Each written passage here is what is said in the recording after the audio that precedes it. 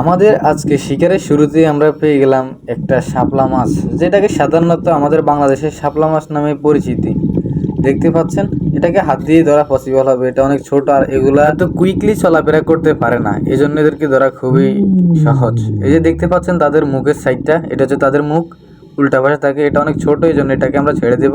দেখা যাক পরবর্তীতে আমাদের জন্য কি অপেক্ষা করতেছে। এখানেও মনে হচ্ছে একটা শাপলা মাছ, হ্যাঁ আমাদের ধারণাটাই সঠিক, এখানে একটা শাপলা মাছ রয়েছে, এটা অনেক ছোট, আগে যেটা ছিল ঠিক ওইটার মতোই, অনেক নাড়াচাড়া করতেছে। ছোট হওয়ার কারণে এটাকেও আমরা ছেড়ে দিয়েছি। আমরা চলে যাব আমাদের পরবর্তী শিকারের খোঁজে। এখানে কিছু একটা রয়েছে, মনে হচ্ছে একটা কাঁকড়া, হ্যাঁ একটা কাঁকড়া রয়েছে এবং আমরা তাকে ধরতে সক্ষম হয়েছি। দেখতে পাচ্ছেন এটা বড় জাতের একটা কাঁকড়া এটা, এবং এর সাথে দেখা যাচ্ছে এখানে আরেকটি কাঁকড়া হাঁটাহাঁটি করতেছে, তাকেও আমাদের সাথে নিয়ে নেওয়া যাক।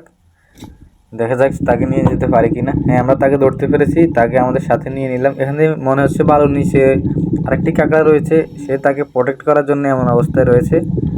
হ্যাঁ আমাদের ধারণা সঠিক, এখানে একটা কাঁকড়া, এটাকে আমরা আমাদের সাথে নিয়ে নিব। দেখতে পাচ্ছেন আমরা তাকে ধরতে সক্ষম হয়েছি।